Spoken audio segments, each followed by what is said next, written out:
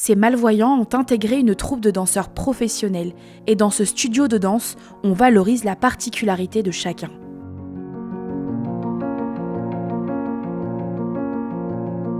On n'est plus dans la représentation, on n'est plus dans le jugement, on n'est plus dans la réflexion, on est dans l'émotion pure et le ressenti.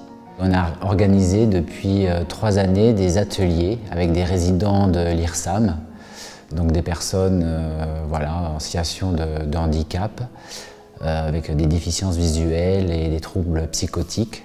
L'objectif de cet atelier, c'est pour eux déjà de les emmener dans un endroit qu'ils ne connaissent pas, leur faire découvrir des émotions qu'ils ne connaissent pas, leur faire découvrir leur propre corps, leur capacité corporelle. Et là, dans l'atelier, ils sont totalement libres.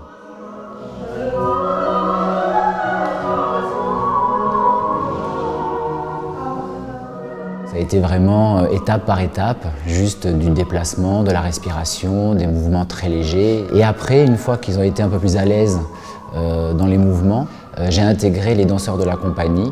Et aujourd'hui, quand ils viennent, je leur parle comme aux danseurs de la compagnie. Là, vous vous séparez doucement, doucement. Je m'appuie vraiment sur leurs capacités, leur personnalité, leurs émotions, vraiment comme un danseur professionnel. Ils habitent tous à l'IRSAM, dans un établissement dédié à la déficience visuelle, mais également à des pathologies associées. Les résidents, ils font vraiment partie de la troupe, ils sont des danseurs à part entière.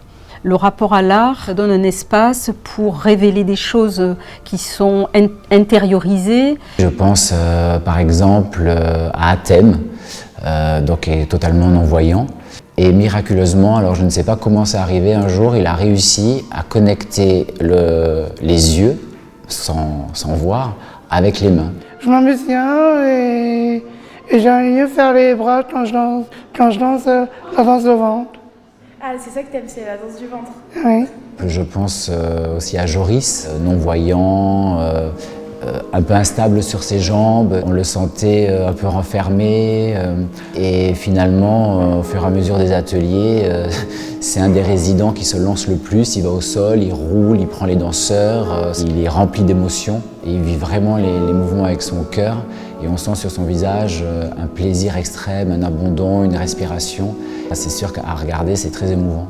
Quand l'établissement nous a contactés pour nous présenter ce projet justement de danse inclusive, il a tout de suite résonné au niveau de l'équipe parce qu'il illustre parfaitement ce qu'on a envie de faire en Méditerranée et à la Fondation de France. Il y a des apports très concrets. Les résidents qui ont participé à ce projet, ça leur permet aussi de découvrir de nouvelles manières de prendre confiance en eux. Ça a vraiment apporté quelque chose du côté humain très fort dans la compagnie. Et il n'y a rien de plus beau que d'ouvrir son cœur, de prêter ses yeux à un non-voyant pour qu'il puisse ensuite voir quelque part, ressentir les choses d'une autre manière.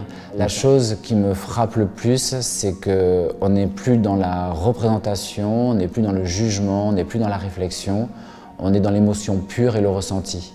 À Marseille, et plus spécifiquement en Méditerranée, mais qui est une vraie terre de métissage et de créativité, c'est vraiment important de promouvoir des projets comme ça qui portent des objectifs de mixité et de co-création. C'est un projet qui contribue à faire changer les mentalités et les regards aussi durablement sur le handicap. À la Fondation de France, soutenir ce type de projet, c'est s'engager au service d'une société plus juste, plus solidaire et plus durable.